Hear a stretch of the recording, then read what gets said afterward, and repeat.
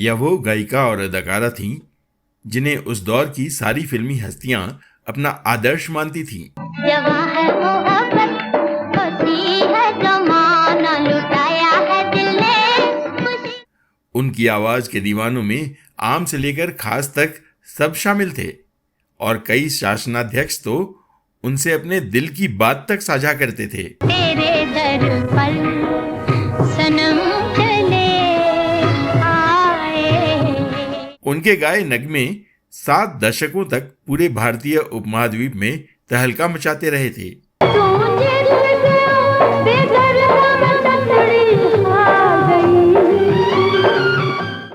और उनकी मदमस्त सुरीली आवाज का जादू आज भी बरकरार है। सब जग सोए हम जागे, तारों से चले बातें हो चांदनी रात। लेकिन क्या आपको मालूम है कि वो जितनी संजीदा अदाकारा व गायिका थीं, उतनी ही दिलफेक उनकी अदाएं थीं और हर खूबसूरत नौजवान मर्द से दोस्ती करने के लिए बेचैन रहती थीं। तेरे बोलने से मेरी आने बोले हाँ, तेरी याद नाल पहली बार खुले वे आगे जुड़ जान वाले। क्या आप मानेंगे कि हिंदुस्तान में टच मी नॉट वाली छवि बनाकर रखने वाली यह गायिका व अदाकारा पाकिस्तान जाते ही ऐसी बदनाम हुई कि वहां उन्होंने दर्जनों बॉयफ्रेंड बना लिए।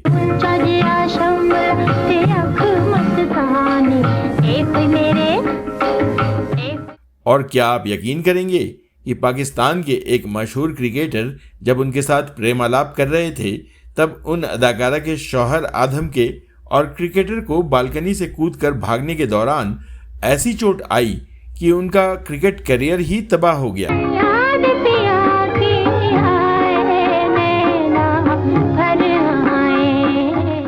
कौन थी वो अदाकारा और क्या था उनके 32 बॉयफ्रेंड्स का राज? क्यों उन्होंने पाकिस्तान के एक फौजी तानाशाह के सामने परफॉर्म करने से ही कर दिया था इनकार? जानेंगे और भी बहुत कुछ, बस बने रहिए हमारे साथ। दोस्तों नमस्कार, आप देख रहे हैं ड्रामा सीरीज इंडियन और मैं हूं धीरज।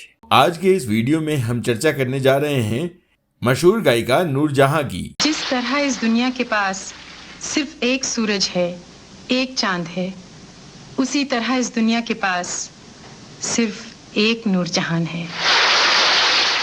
नूरजहां का नाम आज भी लोगों को याद है, भले ही आज वो हमारे बीच मौजूद ना हो, लेकिन उनकी अदाकारी और आवाज सदा अमर रहेगी।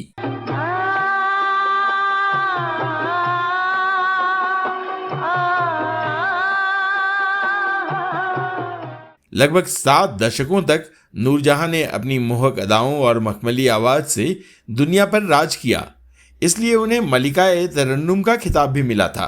आज की इस खास कहानी में हम आपको पाकिस्तान की नूरजहां के बारे में कुछ दिलचस्प बातें बताने जा रहे हैं।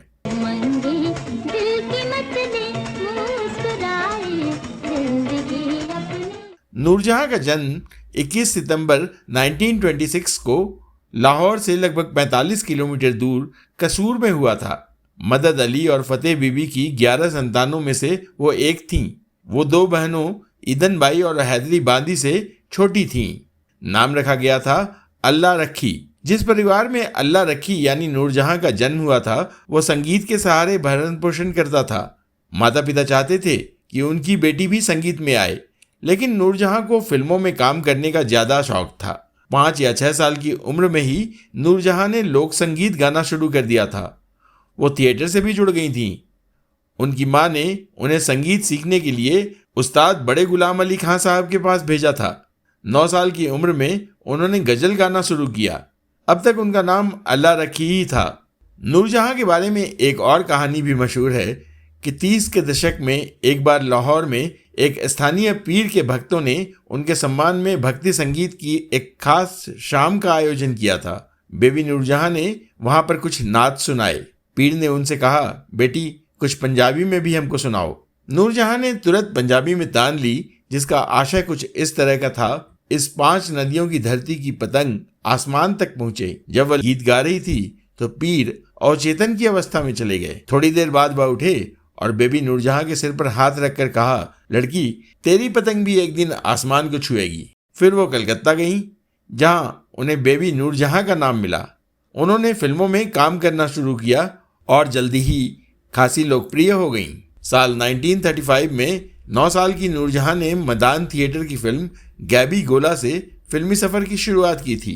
इसके बाद 1935 में ही आई मिस्र का सितारा और फखरे इस्लाम, 1937 में आई तारनहार, 1940 में सजनी और 1941 में रिलीज हुई रेड सिग्नल जैसी फिल्मों में भी नूरजहां ने काम किया था।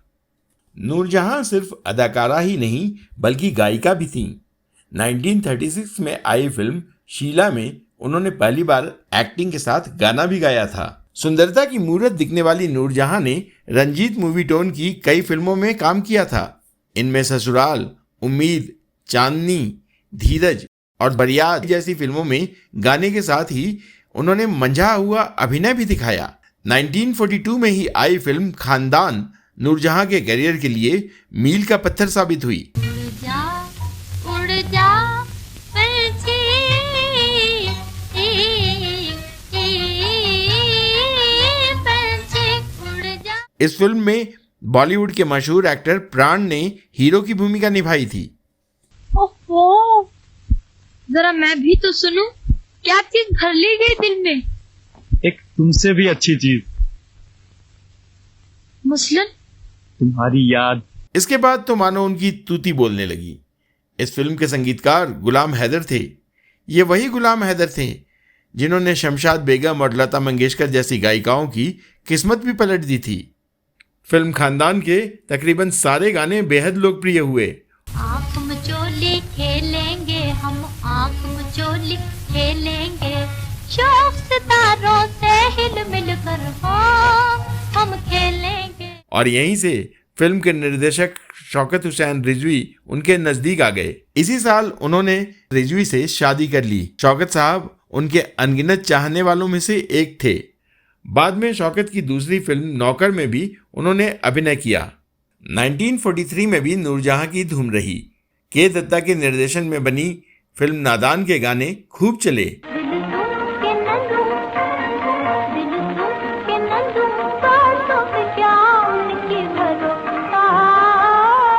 इसके बाद उनके फिल्मी सफर को आगे बढ़ाने में सज्जाद हुसैन का योगदान रहा। उनके संगीत निर्देशन में बनी फिल्म दोस्त के गाने खासे हिट हुए। इसी साल गायक अभिनेता सुरेंद्र के साथ उनकी फिल्म आई लाल हवेली।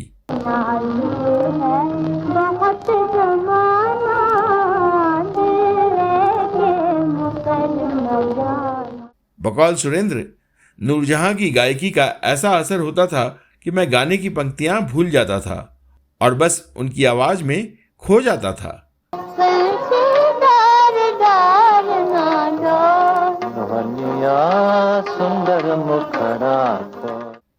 1945 भी नूरजहां के लिए काफी जबरदस्त साल रहा। इस साल उनकी 4 फिल्में रिलीज हुई और चारों ही हिट साबित हुई। जीनत ने काफी धूम मचाई। इस फिल्म के गीत भी खासे पसंद किए गए। एक कवाली आई, आहें न भरी शिकवे न किए।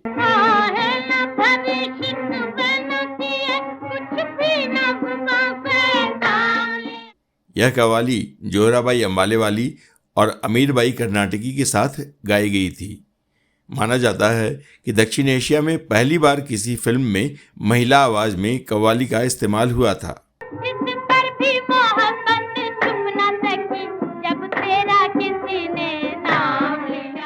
इसके बाद उन्होंने संगीतकार श्याम सुंदर के साथ काम किया।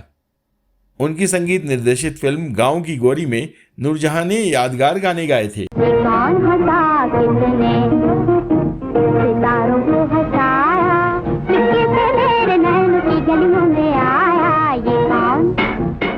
उनकी आवाज की रसीली मुर्कियां अपने उतार चढ़ावों के जरिए सुनने वालों पर गजब का असर छोड़ती थी।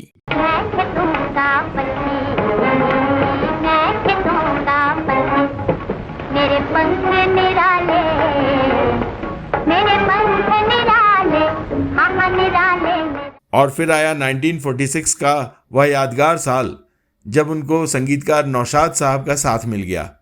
वह फिल्म थी अनमोल घड़ी। आवाज दे कहाँ है दुनिया मेरी जवां। इस फिल्म के गानों ने सारे रिकॉर्ड ध्वस्त कर डाले। मेरे बचपन के साथ ही मुझे भूल न जाना, देखो देखो हंसे न जमाना। सुरेंद्र और सुरैया के साथ नूरजहां की यह फिल्म भी सुपरहिट रही। आजा मेरी बर्बाद मोहब्बत के सहारे। वैसे तो इस फिल्म में तीनों ही कलाकार गायकी में माहिर थे, लेकिन सबसे ज्यादा गाने नूरजहां के हिस्से में ही आए। है कौन जो बिगड़ी हुई तकदीर संवारे। इसके गाने आज भी कई घरों में बजते हैं। जवां है मोहब्बत, बसी है जमाना, लुटाया है दिल ने। फिर आया 1947 का साल। विभाजन के समय उन्होंने अपने पति के साथ पाकिस्तान जाने का फैसला किया। ऐलान किया, जहां पैदा हुई हूं वहीं जाऊंगी। यह वो दौर था जब बम्बई यानी मुंबई में वो बड़ा नाम कमा चुकी थीं। उनकी फिल्में खासा नाम कमा रही थीं। उनकी शोहरत आसमान छूने लगी थी। उन्हें फिल्मों के प्रोड्यूसर उनकी अदाकारी के बदले मुंहमांगी कीमत देने को तैयार रहते थे, लेकिन यह शोहरत और दौलत भी उन्हें हिंदुस्तान में नहीं रोक सकी। लाहौर में जन्मी नूरजहां अपने साथ आजमगढ़ में पैदा हुए अपने पति शौकत को भी साथ ले गईं। यह बात अलग है कि उन्होंने शौकत मियाँ को 6 साल बाद ही तलाक दे दिया। पाकिस्तान जाने के बाद उन्हें भी अपनी गलती का एहसास हो गया। एक तरफ जहां भारत में लगातार फिल्में बन रही थीं, वहीं पाकिस्तान में छोटी मोटी फिल्म इंडस्ट्री स्थापित ही हो रही थी। शुरुआती दौर में तो सिर्फ स्थानीय और पंजाबी फिल्में ही बननी शुरू हुई। पाकिस्तान में नूरजहां की पहली फिल्म रिलीज होने में लगभग 4 साल लग गए। बाद के दौर में नूरजहां ने फिल्में भी प्रोड्यूस की और इस तरह वो पाकिस्तान की पहली महिला फिल्म प्रोड्यूसर बनी। उनकी गायकी के बारे में एक बात बड़ी मशहूर थी कि वो गाना रिकॉर्ड करते हुए अपनी पूरी जान झोंक देती थी। गाना रिकॉर्ड करने के दौरान नूरजहां की पीठ पर घंटे भर के अंदर पसीने की बूंदें दिखाई देनी शुरू हो जाती थीं और गाना खत्म होते होते वो सिर से पांव तक पसीने में नहा जाती थीं। उन्होंने कड़ी मेहनत कर अपने लिए खास मुकाम हासिल किया था। नूरजहां ने अपनी ज़िंदगी में अच्छा और बुरा दोनों वक्त देखा, शादी भी देखी और तलाक भी। वैसे नूरजहां बेहद दिलफेक और आशिक मिजाज महिला थीं। उन्होंने अपने इस स्वभाव को खुलकर स्वीकार भी किया। मुझसे पहली सी मोहब्बत मेरे महबूबनामा। बीबीसी के एक आलेख के मुताबिक नूरजहां की दोस्त और मशहूर गायिका फरीदा खानम भी उनके आज़ाद ख्यालों से इत्तेफाक रखती थीं और नूरजहां की लंबी लग्जरी कार में खूब मटर गश्ती किया करती थीं। उनकी कार जब नौजवान लड़कों के सामने से गुजरती तो धीमी हो जाया करती, ताकि ये दोनों मशहूर गायिकाएं उन युवकों को जी भर कर देख सकें। उन्हें युवा लड़कों से दोस्ती करना और उनके साथ समय गुजारना बेहद पसंद था। एक बार पाकिस्तान की एक नामी शख्सियत राजा तजम्मुल हुसैन ने उनसे एक इंटरव्यू में हिम्मत करके पूछा था, आपके कितने आशिक रहे हैं अब तक? कम से कम आधे सच ही बता दीजिए। तजम्मुल ने जोर दिया। फिर तो नूरजहां ने गिनाना शुरू किया। कुछ ही मिनटों बाद उन्होंने तजम्मुल से पूछा, कितने हुए अब तक? तजम्मुल ने बिना पलक झपकाए जवाब दिया, अब तक 16। नूरजहां ने पंजाबी में क्लासिक टिप्पणी की, हाय अल्लाह, नाना कर दिया भी 16 हो गए। ने मतलब हाय अल्लाह, नाना करते हुए भी 16 आशिक तो गिनवा ही दिए मैंने। नूरजहां के मुताबिक यह संख्या आधी थी। नूरजहां जो ब्लाउज पहनती थी उसका गला काफी डीप होता था और कमर से भी उसका बहुत सा हिस्सा पीछे बैठे शख्स को साफ दिखता था। सानू नहर वाले पुल ते पुला के ते खौरे माही किथे रह गया। नूरजहां के करीबी रह चुके अली अदनान कहते हैं, नूरजहां को पुरुष बहुत पसंद थे। उनके ही अल्फाज इस्तेमाल करता हूँ। पंजाबी में कहती थी, जदों मैं सोना बंदा देखती हूँ तो मैंने गुदगुदी होती है। मतलब जब भी मैं किसी खूबसूरत नौजवान को देखती हूँ तो मुझे गुदगुदी होने लगती है। नूरजहां और पाकिस्तानी क्रिकेटर नज़र मोहम्मद के किस्से उस दौर में काफ़ी मशहूर थे। उस वक्त ऐसी खबरें थीं कि नज़र मोहम्मद का करियर नूरजहां की वजह से ख़त्म हो गया था। एक बार उनको और नज़र मोहम्मद को उनके पति ने एक कमरे में रंगे हाथ पकड़ लिया था। नज़र ने पहली मंजिल की खिड़की से नीचे छलांग लगा दी, जिसकी वजह से उनका हाथ टूट गया। उन्होंने एक पहलवान से अपना हाथ बैठवाया, लेकिन वो गलत जुड़ गया और उनको वक्त से पहले ही टेस्ट क्रिकेट से रिटायर होना पड़ा।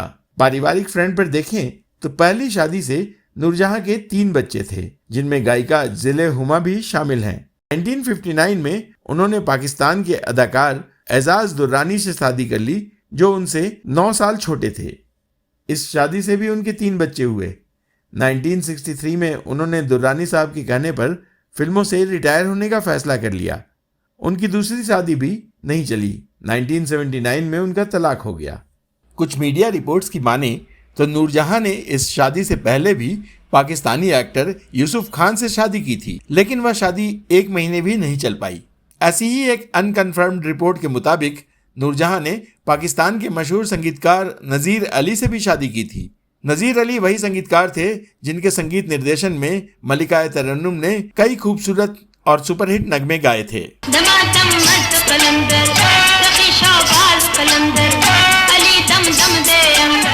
हालांकि मलिका तरन्नुम इन दोनों ही शादियों की बात से इनकार करती रहीं, लेकिन नज़ीर अली ने कई बार अपने इंटरव्यू में नूरजहां पर उनसे शादी कर उन्हें लूट लेने का आरोप लगाया था। इन संगीतकार का दावा था कि गायिका ने उनसे सुहागरात पर ही उनकी सारी जायदाद अपने नाम करवा ली थी। हालांकि जिंदगी के उतार चढ़ाव में उनकी गायकी पर ज़्यादा असर नहीं पड़ा। ऑल इंडिया रेडियो से लेकर रेडियो सिलोन तक नूरजहां की आवाज़ का जादू श्रोताओं पर छाया रहता था।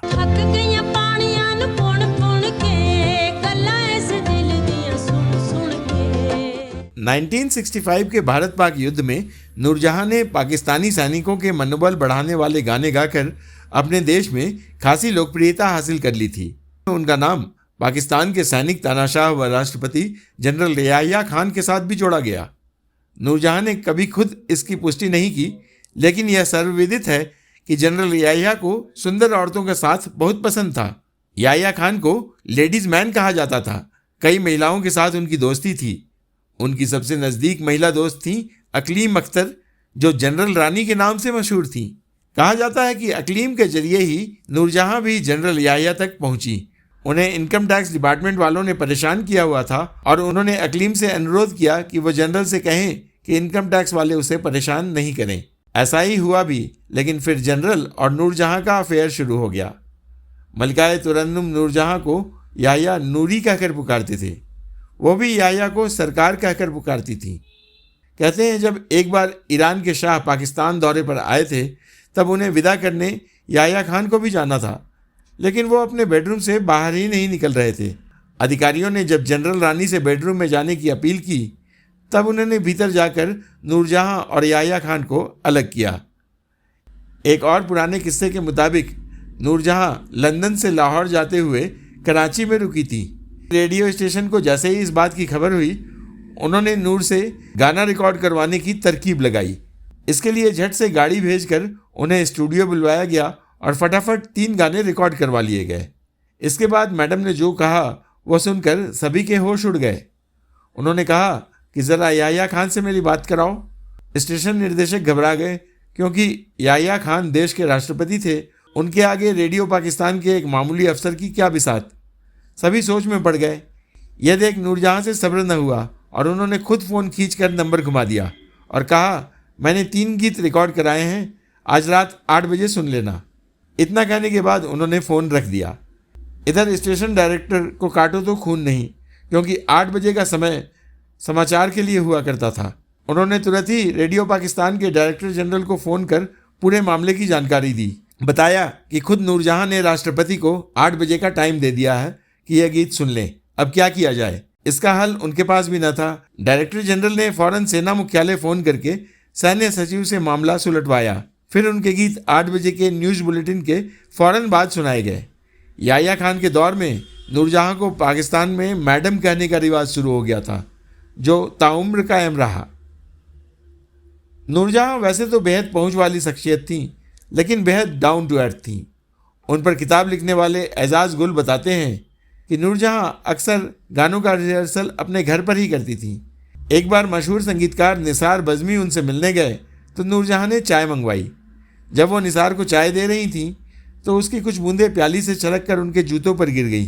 वो फौरन झुकी और अपने साड़ी के पल्लू से उन्होंने गिरी हुई चाय की बूंदों को साफ किया। निसार ने उन्हें बहुत रोका, लेकिन उन्होंने कहा, आप जैसे लोगों की वजह से ही मैं इस मुकाम तक पहुंची हूं। नूरजहां का दबदबा पाकिस्तान के मनोरंजन जगत पर हमेशा कायम रहा। 70 के दशक में जब उनके प्रिय याह्या खान गद्दी से उतर चुके थे और तलाक के कारण उनकी पारिवारिक स्थिति भी अच्छी नहीं थी, उसी दौरान उनके गाए एक गीत को एक फिल्म निर्देशक ने तब की उभरती हुई गायिका रूना लैला से गवा दिया था। इस पर नूरजहां बेहद खफा हो गईं। बात इतनी बढ़ी कि रूना लैला को पाकिस्तान छोड़ना पड़ा और वह बांग्लादेश जाकर सेटल हो गईं। इस बारे में विस्तार से चर्चा हम किसी और वीडियो में करेंगे। अब वो किस्सा जिसने नूरजहां को एक मजबूत दिल वाली महिला के तौर पर मशहूर कर दिया। मामला तब का है जब वहां जनरल जियाउल हक का शासन था।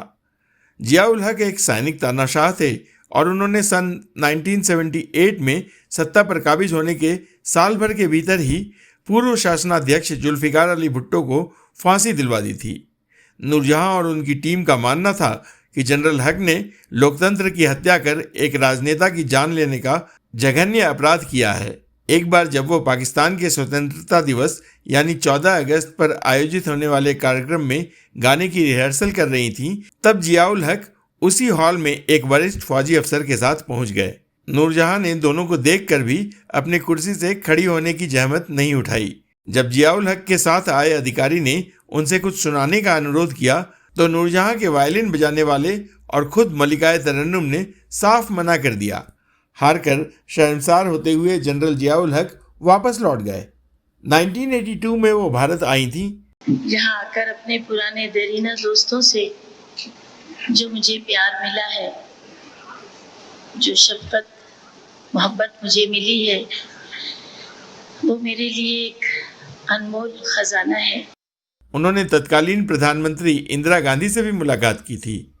स्टेज पर 3 गाने गाए। इनमें से एक था मुझसे पहली सी मोहब्बत मेरे महबूब न मांग। मुझसे पहली सी मोहब्बत मेरे यह नज़्म फैज की है, लेकिन नूरजहां ने इसे इतना मकबूल कर दिया कि फैज हमेशा कहा करते थे, यह नज़्म अब मेरी नहीं रही, यह तो नूरजहां की हो गई है। 1982 के उस भारत दौरे पर हुए स्टेज शो में दिलीप कुमार ने उन्हें स्टेज पर आमंत्रित किया था। नौशाद का संगीतबद्ध किया गाना भी उन्होंने गाया था, आवाज़ दे कहाँ है।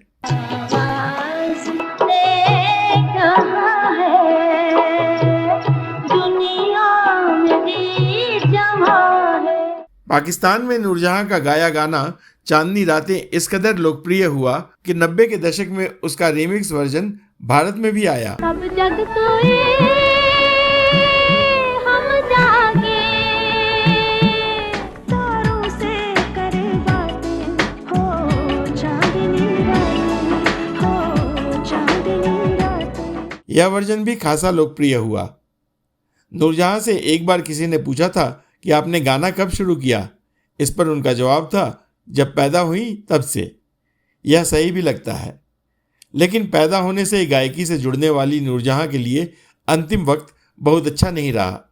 1986 में वो अमेरिका गई थीं। वहाँ सीने में दर्द हुआ, उन्हें पेसमेकर लगाना पड़ा। 23 दिसंबर सन 2000 को उन्हें दिल का दौरा पड़ा और उनका निधन हो गया। ऐसी शख्सियत जिसने अपने जिद पर जिंदगी जी और अपनी मर्जी से अपने जीने के उसूल तय किए। वैसे तो नूर की शोहरत, आवाज़ और नाम की कोई सीमा नहीं थी, लेकिन अविभाजित भारत में जन्म लेने के कारण उन्हें हिंदुस्तान में भी उतना ही चाहा जाता है जितना पाकिस्तान में। खुद गायिका को भी इस देश से बहुत लगाव था, क्योंकि वो कभी स्वीकार नहीं कर पाई कि हम अलग हो गए हैं। उनका मानना था, सीमाएं हमें जुदा नहीं कर सकती। अल्लाह करे हम दोनों मुल्कों के ताल्लुकात और बढ़ें और इतने संवर जाएं कि हम लोग हमेशा ना सही तो अक्सर मिल बैठा करें। तो दोस्तों, आपको यह वीडियो कैसा लगा हमें कमेंट बॉक्स में ज़रूर बताइएगा। अगर आपके पास भी मलिकाए तरन्नुम नूरजहां से जुड़ी कोई और जानकारी हो तो वह भी हमसे अवश्य शेयर कीजिएगा।